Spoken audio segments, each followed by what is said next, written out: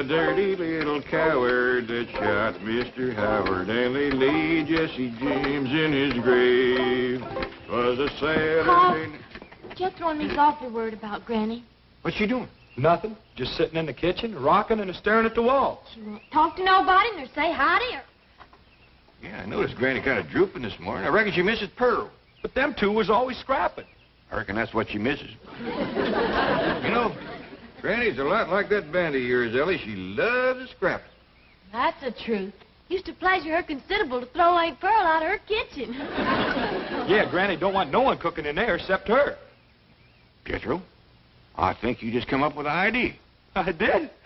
What was it? Ellie will go out there and act like she's going to fix up a mess of victuals. That'll get Granny's hackles up. You take care of her for me, Jethro. Now, Ellie Mae, I know it's against your nature, and I know how much you love your Granny. But for her own sake, I want you to try to be real spiteful. Try to get her riled up. Do it, Paul. Hey, Uncle Jed, can I go too? After all, it was my idea. Oh, wasn't it? Yeah, Jethro. And take that bandy along with you. Ain't nothing riles Granny more than chickens in the kitchen.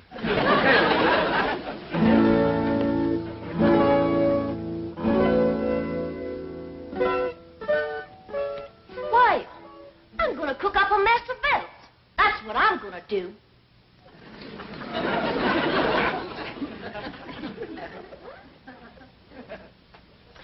I'm going to get out every pot and pan in this here kitchen, and I'm going to whop up the doggonedest meal anybody ever tasted.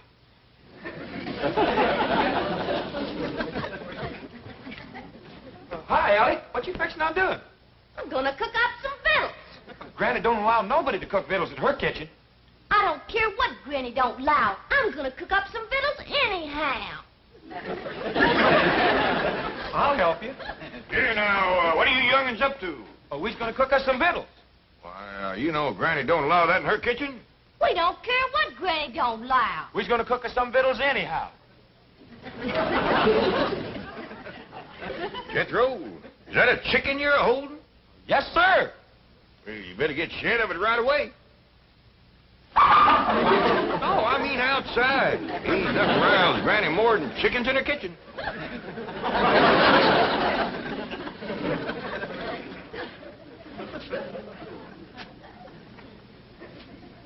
This is worse than I thought. Don't nothing rile her up. We gotta try harder. Ellie Mae, what you figuring on cooking? Grits. Grits? Why, your Granny just cooked a mess of grits last night.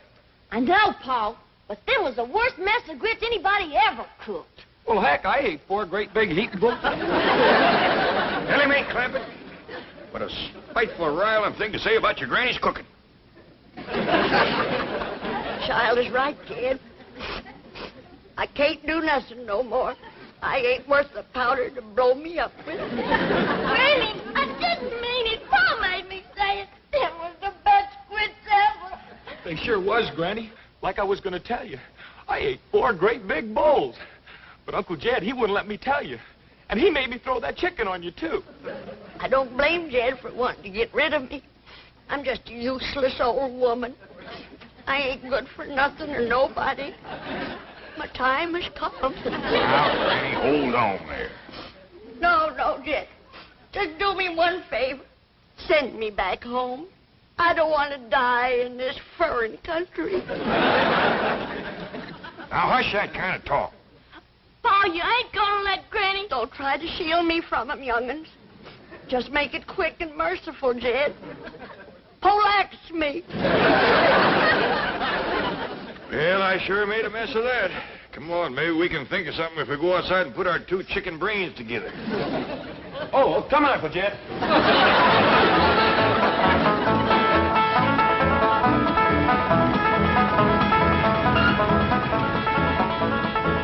You wait here, I'll go and see Mr. Drysdale. I asked Miss Jane to come to supper, too. Mr. Drysdale, look who's here. I don't want to be no bother. Well, it's always a pleasure to see you, Mr. Clampett. Sit down, sit down. Thank you. Well, now, what can I do for you? Well, I got a little problem. You know, your problems are my problems. What's troubling my favorite depositor? Well, who? You, Mr. Clampett, you. Oh, Well, you see, it's Granny. That poor little old woman is feeling lower than a fat frog in a dry well. Well, now, we must do something to cheer her up. Indeed, we must. You see, back home, we just have a bunch of neighbors in and have us a do. Ain't nothing pleasures Granny more than doing for folks. Doing? Yeah, you know, womping up a big feed, tapping the keg of her cider, seeing everybody has plenty to eat and drink and has a good time. Well, can't Granny do that here? Well, you folks is about the only ones we know. We'll be happy to come. Just say when. I reckon the sooner the better. How about tonight? Well, I'll be right neighborly. Miss Drysdale in town? Yes, she is, and she'll be delighted to come. Delighted. I would rather face the firing squad. Honey bun, please. I cannot picture myself with my fine old Boston background sitting down to dine with those prehistoric hillbillies. Milburn, I have told you repeatedly I will not mingle socially with the Clampetts. And I have told you repeatedly that their money is the pillar of this bank. Money isn't everything. Only if you have plenty, which you will not unless you go to Granny's dinner because I will cut off your allowance. Try me. You brute. Associating with Jed Clampett has made you the same kind of a man that he is. Oh, no, Margaret. If I were the kind of man Jed Clampett is, I wouldn't waste time talking. Oh, no. I would put you across my knee and paddle your fine old Boston background. Chief, Mrs. Drysdale, this is indeed a red-letter day. Guess who has just landed on the roof? Well, it's a little early for Santa Claus. No, indeed. It's our distinguished chairman of the board, Mr. Marty Van Ransohoff. What? Well, I thought he was on the world cruise. No, he's anchored his yacht off Balboa and helicoptered in to see you. Mr. Van Ransohoff. Marty Milburn, call me Marty. You know Mrs. Drysdale. Oh, yes, of course. Congratulations. Congratulations for what? Well, I think you should be the first to know I'm elevating your husband to the board of directors. Board of directors? Nice. Yes, well, he deserves it. Any man that can land the Clampett account is my kind of banker. And I want the two of you to celebrate with me having dinner on my yacht. Oh, thank you. We'd be delighted. I have a new French chef that's a genius. Every meal is an adventure. Sounds marvelous. But, darling, have you forgotten that we're dining with the Clampetts this evening? Oh, well, don't worry about that. I'll call it off. Oh, no, we won't. There's one man I want to meet, J.D. Clampett. Business genius. Financial wizard. Shrewd, calculating, incisive. Mr. Clampett? Who told you Mr. Clampett was that kind of a man? You did. I did? Yes, right after you landed the account. Oh, then, yes. Well, he's still the same kind of man, isn't he? Of course, certainly. He's Crude. What was that? shrewd. Thank you, Margaret. That's just the word I was looking for. Come on, dear. I'm sure you want to rush out and buy yourself a new wardrobe to celebrate your husband's promotion. I'm doubling your allowance. Children, now you see what trouble mingling with the lower classes can bring. What do you intend to do? Just what any decent, sensible man would do who has lied his way into trouble. I'm going to lie my way out. Oh, Mr. Van Ransohoff. Marty. Oh, yes, Marty. Well, the Clampetts won't be able to have dinner with us on your yacht. Oh, why not? Well, it was foolish of me to forget this, but they're rather susceptible to seasickness, sort of a family characteristic. Well, that's ridiculous. They won't get seasick on my yacht. Compared to mine, the Vanderbilts have a rowboat. The whole dining saloon is as solid as this building. Just being near the ocean upsets them. Yeah, what a shame. I was going to fly the entire Lido de Paris show down from Las Vegas. Entire company, a little entertainment during dinner. What's a meal without some atmosphere, huh? Just one of those things. Now, I'll tell you what you do. Jane, charter me a jet, see? We'll fly everywhere to Hawaii, have a little luau, anywhere, moon or mama. The hula, you do the hula? It'll be a ball. I'm sorry, they're also subject to air sickness. You just can't have an ordinary dinner for a sophisticated man of the world like J.D. Clampett. Sophisticated man of the world? That's what Milburn says. Bon vivant, international financier. Those were your exact words. They were? Oh, they were, yeah. I'll tell you what, I haven't done this in years. Jane, get charter a train, see, and I'll get the galley crew and the chef. We'll have an orchestra in the club car. Dinner on the train and dessert in San Francisco. Should be $1 million less. Last time I did this was between Paris and San Moritz. Had everybody dressed as Swiss yodels. Oh! St. Bernard dogs running with kegs of brandy under the neck. Wow, wow, wow! I tell you, the Duke and Duchess, it really was embarrassing. What's the matter? They get train sick, too. Well, how do these people travel? In space capsules? Just don't stand there. Come up with an idea. I'm racking my brain, believe me.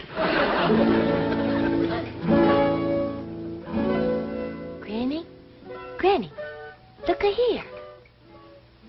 I learned Earl a new trick. He's a dead rooster. Dog.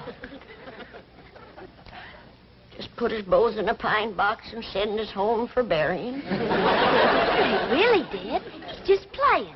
Look at this. See? He's alive. More than I can say for me. Ellie, you best stop playing with that chicken. You got lots to do. What, Paul? Oh, cooking for company, that's what. We're having a big doing. Well, who's all coming? Well, Miss Hathaway, Mr. Drysdale, Miss Drysdale, I don't know who all. Well, what'll I cook? Well, the fanciest spread ever. Jethro's out right now getting some fresh victuals. I reckon you can start heating the water for the owl soup, and I'll go down the cellar and fetch up some salted possum. Hold on, everybody. We's having a do, I'm gonna do the doing. Now, man, get this chicken out of here. Nothing riles me like chickens in my kitchen. And the rest of you scat, too. Ellie Mae, you set the table in the fancy eating room. Jed, you go cut me some fresh greens. Oh, we're going to have a doing for the folks next door. I'll bake 'em up a possum and plenty victuals more. Have a keg of cider and a little Mountain Dew, and we'll all have ourselves up hullabaloo.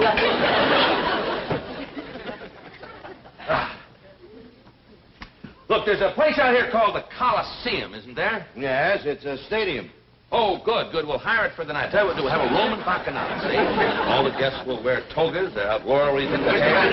Marty, Yes? I don't think you can get the Coliseum on such short Well, I notice. tell you, we'll get Grauman's Chinese. That's a theater. Rent the theater, you understand? Have all the guests dressed in kimonos, and we'll have dinner out in the forecourt. Oh, and by the way, Jane, get me some fresh cement. I'll bet you Jed Clampett never put his footprints in wet cement while eating fried shrimp. Well, tell you the truth. Oh, I know what you're going to say. That's the trouble with fellas like Clampett and me. We've been everywhere. We've done everything. There just are no new thrills. Yeah, that's probably why the Clampetts are such a secluded family. They never go out. Hey, by the way, you're going there for dinner tonight, aren't you? Well, yes, but... Jane, call them and ask if I could impose on their hospitality. I just got to meet the client. No, don't call. Well, why not? Well, they don't like to talk on the telephone. Now, I'll go up there in person and speak to them on your behalf. Oh, good boy, good boy. Look, just in case, I better get a date for tonight. Get me Liz Taylor on the telephone. I believe she's in Europe. Judge of Gabor. Paula Bridgerton married. Susan Hayward married. Jane Mansfield married. Jane Hathaway. Single. Who is she? Yours truly. Yeah, Shirley MacLaine married. Mr. Van Ransohoff, I think I should tell you that I already have an invitation to the Clampetts for dinner tonight. We are very good friends. Very close. Really? Listen. Oh, would you mind turning around?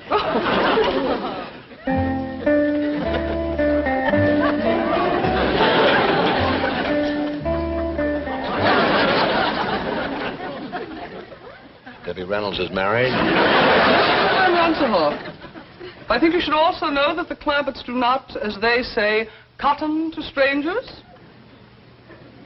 Miss Hathaway, let me say that you have a date for this evening. Jolly good. But, a word of caution. The fact that I have appeared eager might lead you to believe that I am a girl with whom you could take liberties. Nothing could be further from the truth. I permit no familiarity on the first date. Bless you, my girl. I can't tell you how sorry I am, Mr. Clampett, but you see, Mr. Van Ransohoff is my boss.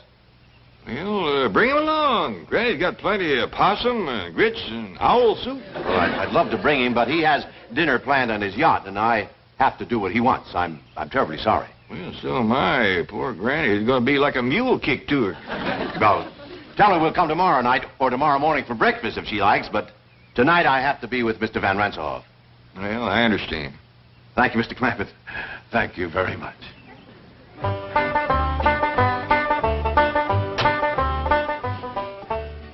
Better not bring these in to Granny just yet. When she hears the news, she's liable to commence flinging them. Give him a knife, kid. Just heard the news. Simmer down, Granny. You can't catch Mr. Drysdale. He done gone.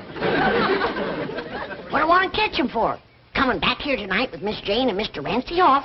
Is Mr. Ransohoff coming here? Sure he is. Miss Jane just called to see if he got the invite. I said, shucks, he don't need no invite. Just bring him along. Doggy. If Mr. Ransohoff is coming, then they's all coming, because he's the boss. Oh, we're going to have a doing for the folks next door. Jane and Mr. Ransohoff in that base floor. Take a cider and a little Mountain Dew, and we'll all have ourselves a hullabaloo.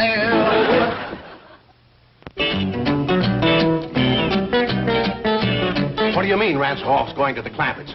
I'll be exposed. I'll be ruined. Chief, veritas vincit omnia. If that's the name of a poison, get me some. See, truth conquers all. Tell Mr. Van Ransohoff the truth. Admit that you deceived him. Do you know what happened to the last man who admitted that to Ransohoff? He is now working at the bank at Moose Jaw, Alaska. He goes to work in a dog sled. I have an idea.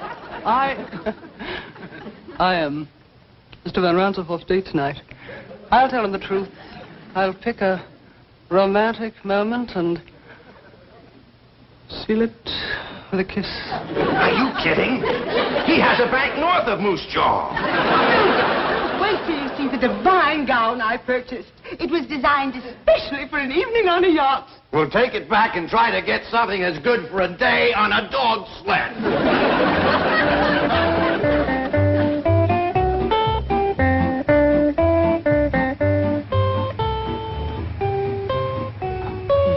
Say, what a place, huh? A veritable palace. I hope this isn't one of those dull, stuffy, formal parties, you know. Last week I went to one in Buckingham Palace with the liveried servants and the protocol. Not a laugh all evening. Well, I doubt very much it will be formal. On the contrary, Oh, don't tell me. I love surprises. Elsa Maxwell gave me a surprise party last month at the Waldorf Astoria. Converted the main ballroom into Sahara Desert. Sand dunes and camels, real camels. Everybody came as chic. She came as a belly dancer, and I was Lawrence of Arabia. Oh, what a laugh.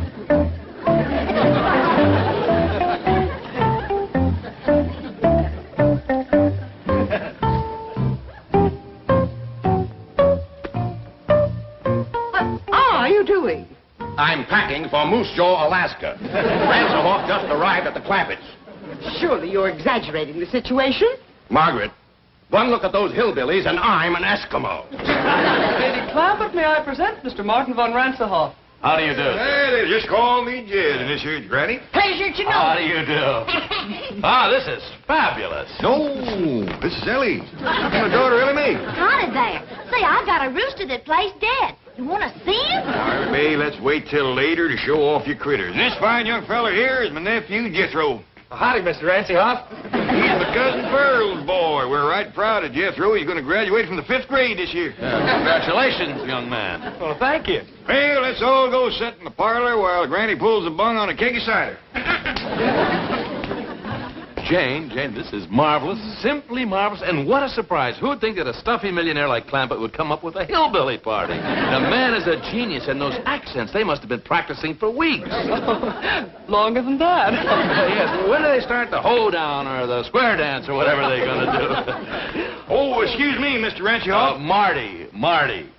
Well, come on, Marty. Once Granny pulls the bung on that cider, it evaporates awful fast. Look, we'd like to get in the spirit of the party. Have you got any more clothes like the one that you're wearing? Sure. Ellie Mae, Jethro. Take these folks upstairs and get us some party clothes. Out the way. Jane. Here I am. You look like something out of Tobacco Road. Well, you're not exactly Adolphe Manjou yourself. You know, I can't get over an important millionaire like Clampett going to all this trouble to surprise me with a hillbilly party. He's a wonderful man. He's the greatest. He's a millionaire's millionaire. I'll always be grateful to Drysdale. By the way, why aren't the Drysdales here? Well, that's rather a long story, Mr. Van Ransohoff. Call me Marty the way Clampetts does. That kills me. Well, Marty. Mr. Drysdale thinks you're going to transfer him to your bank in Moose Jaw, Alaska. Moose Jaw, Alaska?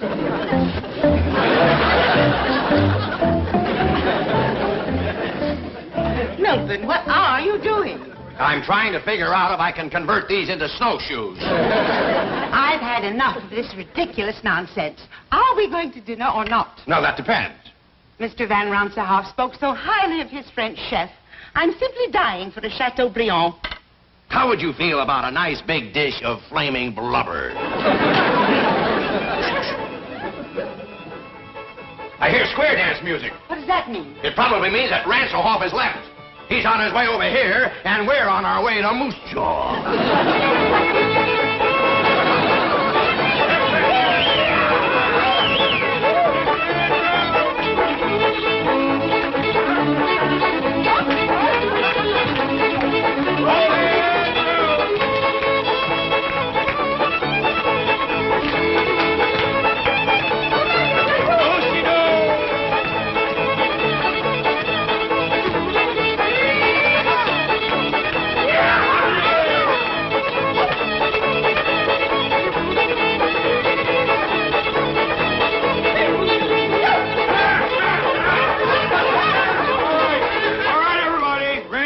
Can't wait no longer for the Drysdales. Rile soup and chicken fried hawk is getting cold. This way to the fancy eating room. All soup and chicken fried hawk. What a sense of humor. Drysdale missing the party of the year. The do-see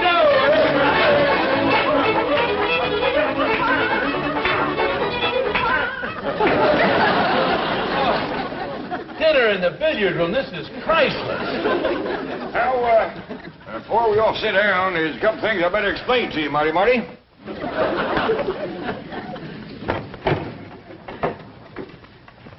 Now, these sticks with the notches in them is the pot passers. And these pointy ones here is the meat stabbers. Is just dandy for stabbing stuffed crow. Wish Elsa Maxwell and Pearl Mesta could be here. Partial to stuffed crow, is they? Well, come on, sit down, everybody. First we'll have Grace, and after that, Ellie Mae will pass out the deviled buzzard eggs. He is just fine with baked possum.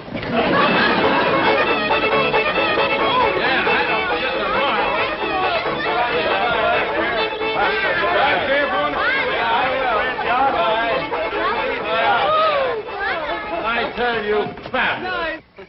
Is that fabulous? I tell you, I've been to parties all over the world, but this is the cleverest, the most original, and what food. Imagine calling roast pheasant or just stuffed crow with gopher gravy. I noticed that you didn't eat much. Oh, the excitement of the evening. Yes, I must say, I don't blame you. I can hardly wait to get back from that around-the-world cruise, see what kind of party they're going to plan for me next. Oh, Marty. Granny says you seem so fond of her deviled buzzard eggs, she wanted you to have these to take home with you. Well, thank her for me. You bet I will. Good night. Good night. Is that beautiful? Still in character.